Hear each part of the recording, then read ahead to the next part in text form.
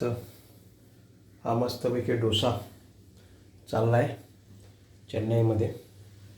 लवकरच डोशाचं एक स्टोर्स काढणार आहे. आशू अण्णा स्टोर्स. हा बघा, हा मस्तपैकी क्रिस्प असा डोसा तयार पण झालेला आहे. क्रिस्प असा डोसा तयार आहे. मस्तपैकी बाहेर वातावरण पण छान आहे तिथे आणि हा डोसा होतो आहे. एकदम क्रिस्प असा हा डोसा आहे आणि छानपैकी तो आता ठेवलेला आहे. आता त्याच्यामध्ये सगळं मिक्स केलेलं आहे. रवा पावडर आणि पाणी आणि सगळे इन्ग्रेडियंट्स कापून, कांदा मिरची सगळं टाकलेलं आहे त्याच्यामध्ये. हा बघा किती एकदम असं सुंदर असा हा डोसा तुम्हाला दिसतो आहे इथे. सुंदर असा डोसा झालेला आहे तयारी.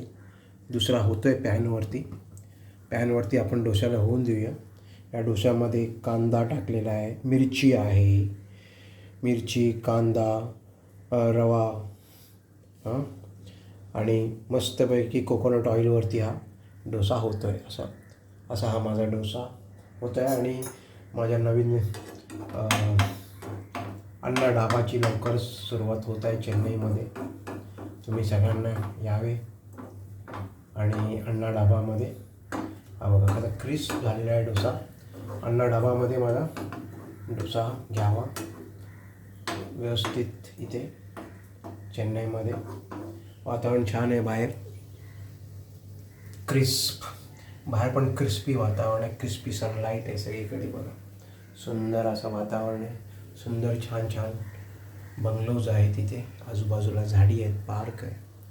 आणि अशा या वातावरणात मी इथे डोसा करतो आहे छानपैकी. बघा कसं एकदम असा छोटे हे डोसे हे असे फार तुम्हाला काळजीने करायला लागतात.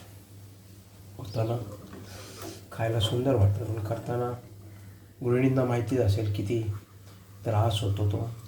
आणि त्यांचं शेप, आकार, साईज पण फार महत्त्वाची आहे. ती मेंटेन करणं, डोसा न तुटणं खूपच महत्त्वाचं आहे. ते आपण केल्याशिवाय कळत नाही. ते कळलं का मित्रांनो? तुम्ही पण करा छानपैकी. बायकोला, मैत्रिणीला खायला घाला, मुलांना खायला घाला. डोसा घरगुती केलेला असा हा सुंदर डोसा होत आहे.